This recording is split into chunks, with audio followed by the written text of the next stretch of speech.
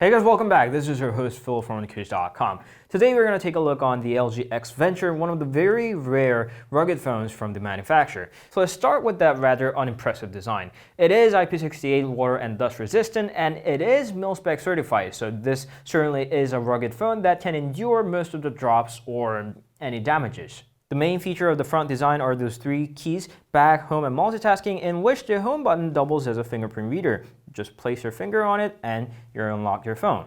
Now, I'm not exactly a fan of the display. The panel itself is fine, it's full HD, it's bright enough for outside uses, but the calibration is the problem. The white balance setting is way off that it looks too blue, just like any other LG phones. LG did start to include the white balance settings in the latest flagship V30, but this guy does not have it, so your closest option would be the comfort view, in which you can switch from low, medium, high, and black and white. And this is for a blue light cutting. So this isn't particularly for the white balance settings, so this isn't a perfect solution, but it's better than having the bluish tint all over all the time.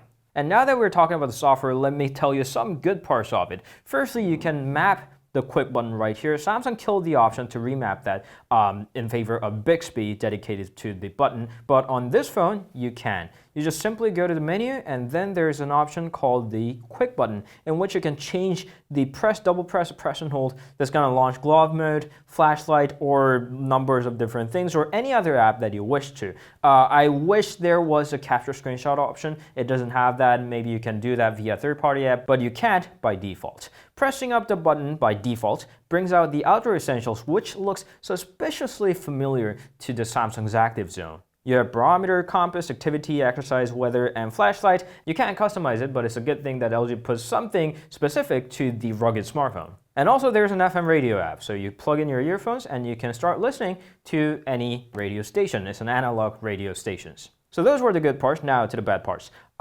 Personal taste maybe, but the icons look a little outdated. Those are like 3D-ish icons over there. I never really liked the LG icon packs. In contrast, the settings menu doesn't look too bad. It's black and white, it's simple and clean, and there are some themes that you can choose from, which none of them look good in my opinion, but you can download more if you want. I really don't suggest you to, but the icons, that's the first problem.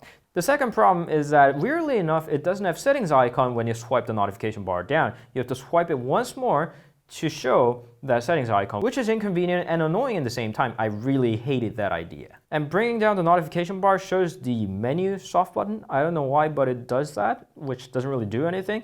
And it also happens when you unlock your phone with the fingerprint reader. There was a button, and then it's gone. I don't know what that was about. And next up, the touchscreen is way too sensitive. I've had this problem in the LG X Power, and they didn't fix it. It's not unusable, but it certainly isn't the best touchscreen experience. And this is one of the little findings, but the system is built on 32-bit. Snapdragon 430 does support 64-bit because it's 2017, and it's built on 32-bit system. I know this is not going to slow down the system or anything. I know this is not like super important, but just FYI.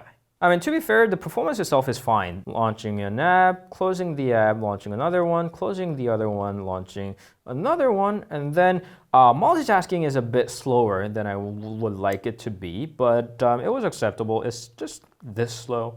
And I know not a lot of people expect much on the camera on the rugged smartphone, but it does have a camera along with a single firing LED flash. You can launch up the camera by either that button right here or by tapping the volume down key twice. The photo quality is okay, I guess. It's a bit shaky, but you'll get used to it. Some level of details are there. HDR is not perfect, but again, you really don't expect that much from a rugged phone with this much price tag. You can swipe on the screen to switch to the front-facing camera. It's 120 degrees with wide-angle camera. The edges are a little bit distorted, but that's how things are with the wide-angle camera generally. And you can tap on there to make it narrower so you only fit yourself on the scenery.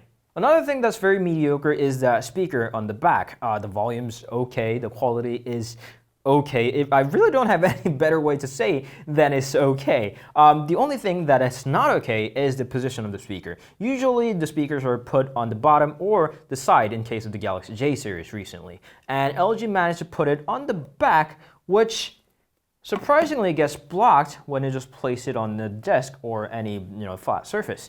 And they didn't really put any bump there to raise it ever so slightly from the floor, so it gets almost completely blocked. So you may not be able to hear your ringtone when you place your phone on the desk like that. Thankfully enough, it does have the earphone jack on the bottom, which is my favorite spot, but it's tilted in a weird way. I don't know why they made it that way. It doesn't annoy you that much, honestly, but now that you know that it's got a tilted earphone jack, maybe it is going to from now. Well, with all the jokes aside, that 4100 milliamps of built-in battery is terrific. It managed to give me 7 hours to 7.5 hours of screen on time, which is not that common for my usage. And charging it up is very fast as well. It supports Quick Charge 2.0. It's not very fast. It's relatively fast. And now I think I told you most of the important things about this. It's good as a rugged phone. If it was any other phone, if it was a generic, just vanilla phone, I wouldn't be happy at all.